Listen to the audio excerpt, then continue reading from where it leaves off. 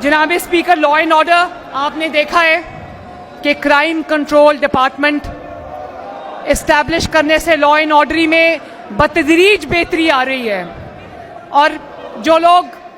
Murders में मुलविस हैं, जो लोग चोरी चकारी डकैती में मुलविस हैं,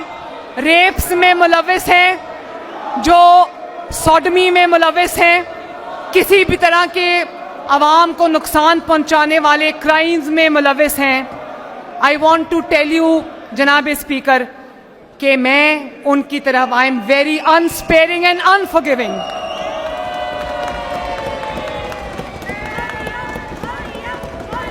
200 अरब रुपए का तारीखी बजट क्राइम कंट्रोल को दिया जा रहा है, और इसमें ना सिर्फ स्पेशल ब्रांच और आपका जो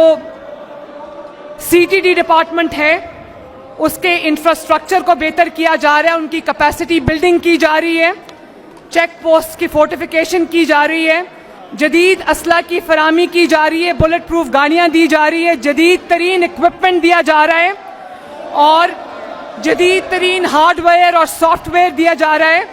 थर्मल ड्रोन कैमरास दिया जा रहे हैं, बॉडी कैम्स दिए जा रहे हैं। इससे इंशाअल्लाह ताला आप देखेंगे AI पावर्ड चलान सिस्टम दिया जा रहा है,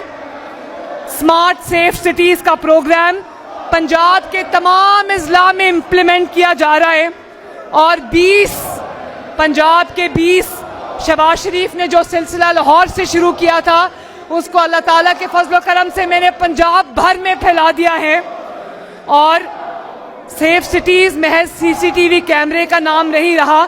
बल्कि AI बेस्ड एल्गोरिदम बन गया है,